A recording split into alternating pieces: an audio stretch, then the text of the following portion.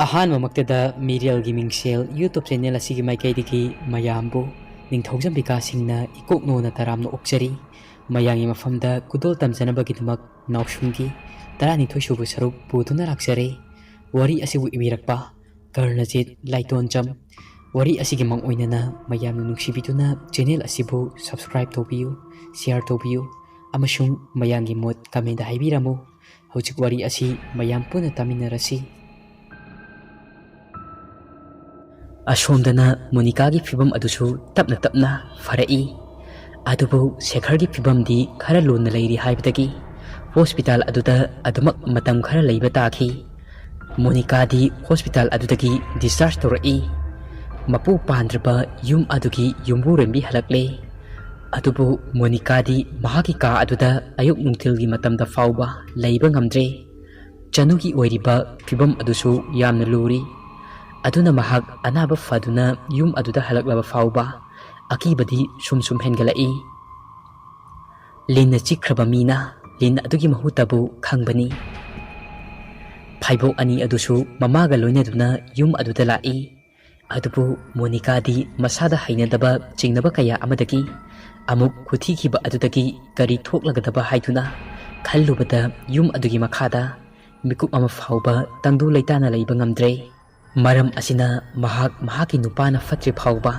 ꯃꯄꯥꯝꯗ ꯂꯩꯔꯨꯒꯦ ꯍꯥꯏꯗꯨꯅ ꯑꯉꯥꯡ ꯑꯅꯤ ꯑꯗꯨ ꯄꯨꯗꯨꯅ ꯆꯠꯈ꯭ꯔꯦ꯫ ꯑꯗꯨꯒ ꯁ꯭ꯇꯥꯐꯁꯤꯡ ꯑꯗꯨꯕꯨꯅ ꯃꯈꯣꯏꯒꯤ ꯇꯣꯂꯣꯞ ꯑꯗꯨ ꯍꯦꯟꯒꯠꯄꯤꯒꯅꯤ ꯑꯁꯤ ꯍꯥꯏꯔꯝꯂꯒ ꯌꯨꯝ ꯁꯪꯉꯧ ꯍꯥꯏꯗꯨꯅ ꯊꯝꯂꯝꯃꯤ꯫ ꯑꯉꯛꯄꯅꯤ ꯃꯤꯑꯣꯏꯕꯒꯤ ꯄꯨꯛꯆꯦꯜ, ꯃꯁꯥ ꯍꯤꯡꯂꯒ ꯂꯣꯏꯔꯦ ꯍꯥꯏꯕ ꯈꯟꯕ ꯋꯥꯈꯜ, ꯄꯨꯛꯆꯦꯜ ꯄꯤꯛꯄ ꯃꯇꯧ ꯑꯃꯗꯤ ꯌꯥꯎꯔꯤ꯫ ꯁ꯭ꯇꯥꯐꯁꯤꯡ ꯑꯗꯨꯕꯨ ꯍꯤꯡꯅꯕ ꯊꯋꯥꯏ ꯀꯟꯖꯅꯕꯒꯤ ꯃꯍꯨꯠꯇ ꯍꯦꯟꯅ ꯑꯋꯥꯐꯝꯗ ꯇꯥꯖꯔꯁꯅꯨ ꯍꯥꯏꯕꯒꯤ ꯃꯇꯥꯒꯨꯝ ꯃꯩꯅꯨꯡ ꯑꯗꯨꯗ ꯂꯪꯁꯤꯜꯂꯝꯃꯤ꯫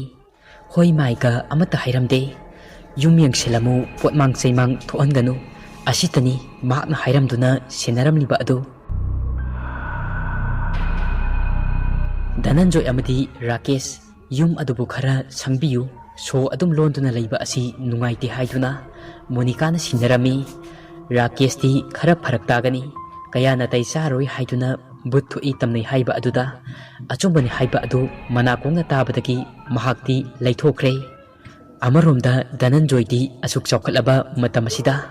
ꯀꯔꯥꯏꯗꯒꯤ ꯕꯨꯠꯅꯣ, ꯅꯈꯣꯏꯅ ꯇꯝꯅꯩ ꯍꯥꯏꯔꯤꯕ ꯑꯗꯨꯕꯨ ꯀꯃꯥꯏꯅ ꯇꯝꯅꯔꯤꯕ ꯖꯥꯠꯅꯣ?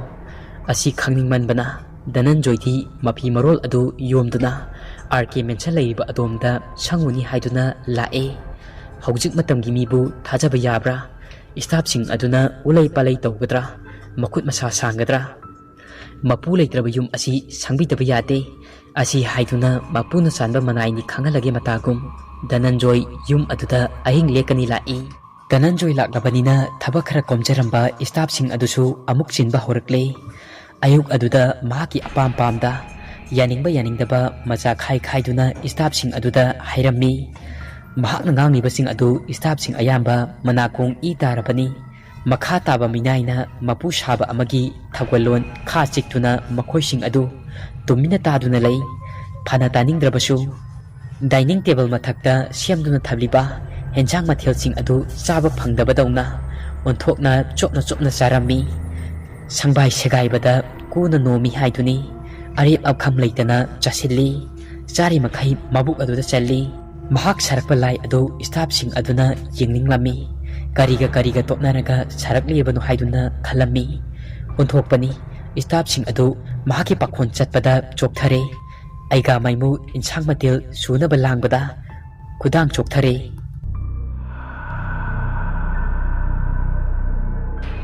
ꯑꯍꯥꯟꯕ ꯙꯅꯟꯖꯣꯏꯅ ꯊꯨꯡꯂꯕ ꯅꯨꯃꯤꯠꯀꯤ ꯑꯍꯤꯡꯅꯤ꯫ ꯃꯍꯥꯛꯀꯤ ꯇꯣꯉꯥꯟꯕ ꯀꯥ ꯑꯃ ꯐꯖꯅ ꯁꯦꯝ ꯁꯥꯗꯨꯅ ꯄꯤꯔꯝꯃꯤ꯫ ꯅꯨꯃꯤꯗꯥꯡ ꯑꯣꯏꯔꯛꯄꯒ ꯁ꯭ꯇꯥꯐ ꯂꯣꯏꯅꯃꯛ ꯃꯥꯒꯤ ꯀ꯭ꯋꯥꯇꯔꯁꯤꯡꯗ ꯂꯣꯏꯅꯃꯛ ꯇꯨꯝꯕ ꯆꯪꯅꯈ꯭ꯔꯦ꯫ ꯆꯥꯎꯈ꯭ꯔꯕ ꯌꯨꯝ ꯑꯗꯨꯒꯤ ꯃꯅꯨꯡꯗꯅꯤ ꯃꯍꯥꯛ ꯃꯊꯟꯇꯅꯤ ꯂꯩꯔꯤꯕ ꯑꯗꯨ꯫ ꯃꯁꯥ ꯑꯗꯨ ꯇꯞ ꯇꯥꯏ ꯆꯥꯁꯤꯜꯂꯒ ꯇꯨꯝꯊꯈ꯭ꯔꯦ꯫ ꯈꯣꯔꯣꯛ ꯅꯥꯈꯣꯛꯇꯨꯅ ꯇꯨꯝꯊꯈꯤꯕꯗ ꯋꯥꯈꯜ ꯈꯜꯂꯒ ꯇꯨꯝꯊꯈꯤꯕꯅꯤ꯫ ꯀꯔꯥꯏꯗꯒꯤ ꯕꯨꯠꯅꯣ? ꯊꯣꯛꯂꯛꯁꯅꯨ, ꯕꯨꯠ ꯐꯥꯒꯦ꯫ ꯋꯥꯈꯜ ꯑꯗꯨꯗ ꯌꯥꯝꯅ ꯀꯔꯦꯝꯅꯕ ꯎꯁꯤꯠꯇꯕꯒꯤ ꯃꯑꯣꯡꯗ ꯇꯨꯝꯊꯈꯤꯕꯅꯤ꯫ ꯅꯨꯃꯤꯗꯥꯡꯒꯤ ꯄꯨꯡ 12:30 ꯑꯗꯨꯋꯥꯏꯗ ꯃꯤꯀꯞ ꯊꯣꯛꯂꯛꯏ꯫ ꯉꯁꯥꯏ ꯃꯍꯥꯛꯅ ꯆꯥꯁꯤꯟꯈꯤꯕ ꯊꯛꯆꯤꯟꯈꯤꯕ ꯃꯌꯥꯝ ꯑꯗꯨꯅ ꯃꯍꯥꯛ ꯃꯕꯨꯛ ꯑꯗꯨ ꯂꯦꯡꯕ ꯊꯤꯟꯕ ꯍꯧꯔꯛꯏ꯫ mahak gall bladder adu lauthokkhibadagi operation tawkhibaga thau thum kaya ama chaba yadabani kai henjenna thau thum chasilubana mahak ahing aduda mabuk adu lengba thinba horai adudagi makhong adusu hamninglakle numidang aduda mahak hogutuna makhong hamasu tanba faurami aduk sathina mabuk thinba lengba horai thinba lengba adu fathanaba tawri adubu lengba thinba adu hinjilai chasin khiba thaksin khiba kaya aduna mahakna lairiba ka adudati bathroom attach tawde aduna mahak khangba yaraktraduna phamung adudagi hawgalai bathroom adu koiti thiba horai ka aduda bathroom leiramdapataki mahak ahing aduda mahakna hibliba ka adudagi thorakle aduga akoiba aduda lairiba room sing adu thong hangtuna toilet leibra haiduna yenglammi hangba yadaba makhaidi tokle mahak mabuksu thinbana loire khangbagi pangal leitre khong hamningbagi mayai asisu asuki matik kali haiba yai ahal lamal singna kaigi mamaida khong hamjile hainai Dananjoy aroibada toilet adu thingnare yum adigi maning thongda side aduda toilet seat aduda fammi thong adu thingjillaga mahak masa adu lumtharambadagi khangyak hek yangi ngasai mahakna chasin thaksin khiba mayam aduna pak hek loibadi yade khong hamliba adusu ahing aduda mahak mathantani adumna mahakna toilet aduda leiringaida maikhu mayam ama toilet adugi manungda pasilai toilet adugi manungda mahakti maikhuna hare maikhuna lokhure toilet ki thong adu hangduktuna thoglai Dananjoy maikhuna pungmam mamsinkhibana mapana thoklaklabasu karimata uba kamdre chaning dadre mabuk thilamba lengba thinbasu phagre akoiba aduda mamsiliba maikhu aduna mamin ani adusu thuppe pi sinthare karimata mayek sengna akoiba aduda uba phangde kadaida kari leibagi haiba mahak amatta udre mai budi ngali haibabu maikhu aduna pungmam hek mamle Dananjoy machinda soli asuk yamba maikhu asibu karaida kino mitka amatta pangba ngamdre maiga saklaba jatla mai chakpadi ude karaida ki maikhu no asuk yamba maikhu asibo mitka amatta pangba ngamdre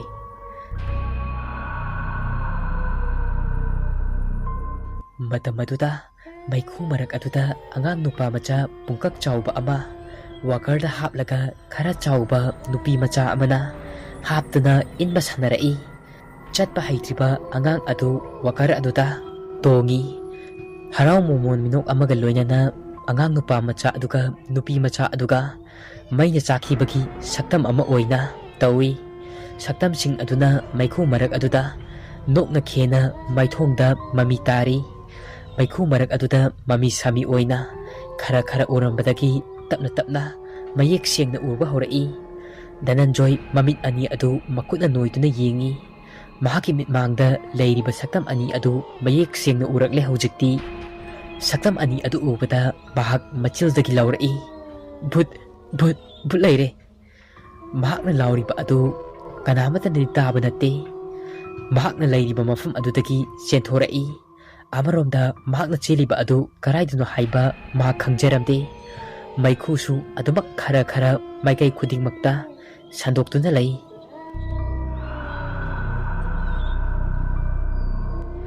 adumna mahak mahagi thawai tabo hinglabadi haiduna silibani asumna mahakna chenba aduda mahaki mamitta ka ama thong hangdoktuna layba adu ure mahakna chenchiliba ka adudadi yum aduda layba khwaidigi sathiba ka storeroom aduni storeroom adugi manungda mahakna chenchinkhibaga maikhuna sandoktuna leiri Dananjoy ka aduda leiramliba maikhu aduna maram oiraga kangkhu khurai mahakna chenchilaiba ka adusu mai khara khara kufet ka fit launa ngalai adumna mahakna leiringai tanja aduda maina sakhiba karum tauba khut amana maikhu marak adudagi khudang aduda tap launa pairai mahak swai lawi angang aduna mangonda munni yengga tapna hairai kaka ai bukan biyo ai bayam laki kaka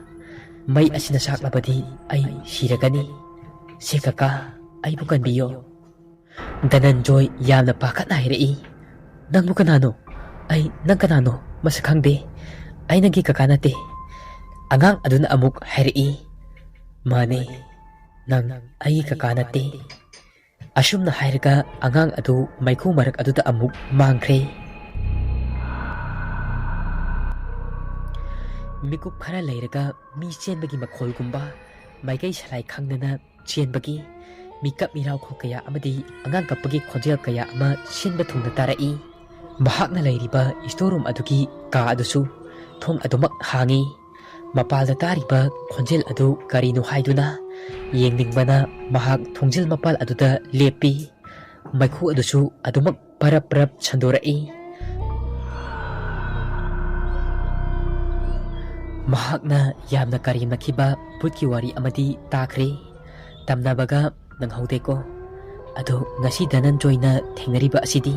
tasengna tamnaribani mang oiramlabadi farani da khalli adumna thong aduda leplingaida mahaki tungdagi kanagumba miyoi amana mahakpu tak launa pairaga yamna yangna tunglomdagi khongjel yangna inthorai trolley amagi mathakta yamna yangna thangkatlaga hifalli Dananjoy miun chudre kana lege aibo mukta kanbiyo ahing asida noi kanano hayo noi kanano trolley aduda mahak hipli aduga maina chakte khiba ashiba nupi anigi thawaina trolley adugi tungmang adu illi Dananjoy bu yum adugi manungda trolley da induna maikai aduda chatli mahak hipliba adudagi hawgatlaga trolley adudagi kumthagi haibachu mahak namlamde asuki matik khongjel yangna trolley adu illi asiba thawai ani aduna mahakpu ka adugi manungdagi mahakpu trolley mathak aduda haplaga koin induna sanarai mahaki trolley aduda nattana atopa trolley khara amasu inthorai trolley atai aduda maina sakpa karum tauba hingba machet siba machet khangdraba chaina khangba ngamdraba thawai kaya amasu siramdagi mikup yaure khangjabagum mamittagi pirang kaya ama ningamdabaga loinaduna sintharai trolley kunmuk siramgani yum adugi manungda kuin inbasing adu kharana angang macha khara nupa macha khara kharana nupi macha siba changba khangdraba kaya adugi marakta siba siyawnari maikhu adusu asum khurambadagi akoiba aduda mai loina chaklai mamang maktada angang nupa macha nupi macha kaya ama maina chai tengthana hoiriba pai aduna wai duna yum adu chakhalai mikap mirau kholtana thallaba ahing thawai hingnaba chenba maina amatana waidriba nupi macha amasu mairak adudagi chentorai angang nupi macha aduna mailak aduda koilau lauri mama nang kaida lege nasabu lawbala o nasabu mainung asidagi amukta kanbiyo nupi macha aduna tengthariba adu Dananjoyna tarami mahaki trolley adudi adumak inbakak leplamde trolley adudagi chongthagi hotnai adubu ngamlamde Dananjoy thawai hingnaba haiduna ahing aduda trolley mathak adudagi yum adugi manungda koilau lauba horai kana lege aibo mukta kanbiyo ai hingningliye aigi matam loidriye adumna lauri ngaida cherak aduda mathakta fi angauba amana amuk kupsilai fi angauba aduna kupsilakpa adudagiti mahak lawi kaino nakoina tawriba asibo kaino ai ahing mamine asiba nate ai sidriye ai hingliye ai hingningiye fi angauba sina kaigino aingono kupsiliba asibo ai hainade se fi angauba se lawthuo asumna hairi adubu mahakna hairibasing adubudi mahaki trolley adubu illiba asiba thawai adunadi tabikhide thawai sing aduna mahakpu otpa horai fi angauba aduna adumna masada kupsilakpa adudagi mahak sor phunba horai sor honba ware. Ahing aduda mahak lauba leplamde. Chanu amadi asa ningaidana tumlambadagi yawolakpada michik miraw kul tadraba mafam oibaga ahing aduda Dananjoy ni lauriba adu tare. Khonjel adu asana hana tarakpani.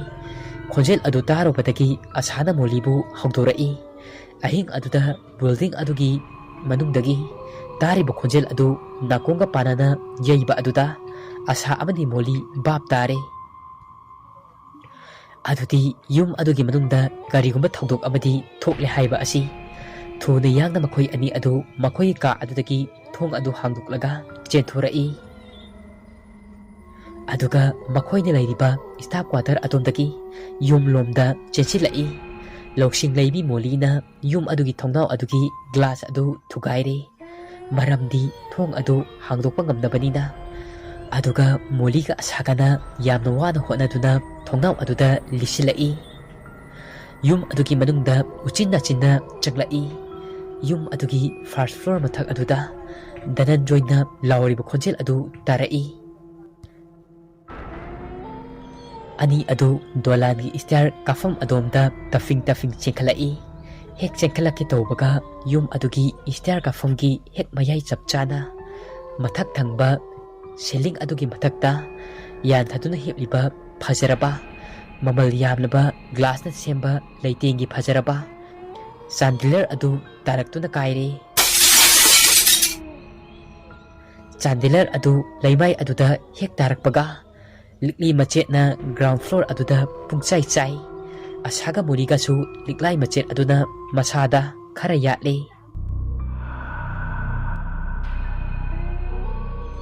Chandelier gi glass machet akupasing aduna paithorakpadagi likli machet na yubada makhoi ani adu chaina phaure. Adubu ninganaba leitana first floor tamna kakhalai. Makhoi anina kakhalakpadu ubada akiba fanglaba thongdok kaya ama makhoi ani aduna lakpa ubadagi tamnarabasing adu loinamak tokre. Trolley mathakta hiplamba Dananjoy adu laimai thakta langtharai. Adumna trolley aduda thok launa langtharakpa aduda makok adu pillar aduda yeshilli. Makok adu yeshinba adudagidi ikheng oina chentharai. Dananjoy gyan mangduna laimai aduda taduna lei. Moli amadi asa Dananjoy gi manak tamna chenchilai. Nonga lamdagi matam aduda staff ataidu laktuna. Hospital da emergency ni hayuna phone tawre. Ahing aduda gari su amata leitabaga ambulance ngaibada pung ama makhaimuk chatkre. Dananjoy hospital da admit tawre. Dananjoy coma da leikre. Mahaki lungs ta su maikhu changle. Aduga koki sarukta sathina sokle. Mahak punsigi wakal joiba misak ama oikiba yai haituna hairai. Mahaki oiriba pibam amadi medical reportsing adugi matung inna. Ahing aduda thokliba thawdok yum adugi maraibak amadi loiba naitraba kudong thiba thawdoksing ama natraga ama awafamda taba tasengna yum aduda thabak sunduna leiba mi ayamba leiba kinare. Yum adu thadoktuna chatpa phawba yaungarai. Security phawba thabak tokseragi haiduna thabak tokpa yaunakre. Asida nate ahal oiraba aiga maimusu makha tana koina panthatuna leiba ngamloroi haiduna chatkre. Yum aduda Dananjoyna thokiba wari adu Monica su thare. Adubu Shekhardadi tahande mapu pandraba chawkhraba yum aduda shukna tangi asaga molika tarak Monica su mapamdagi halaklamde.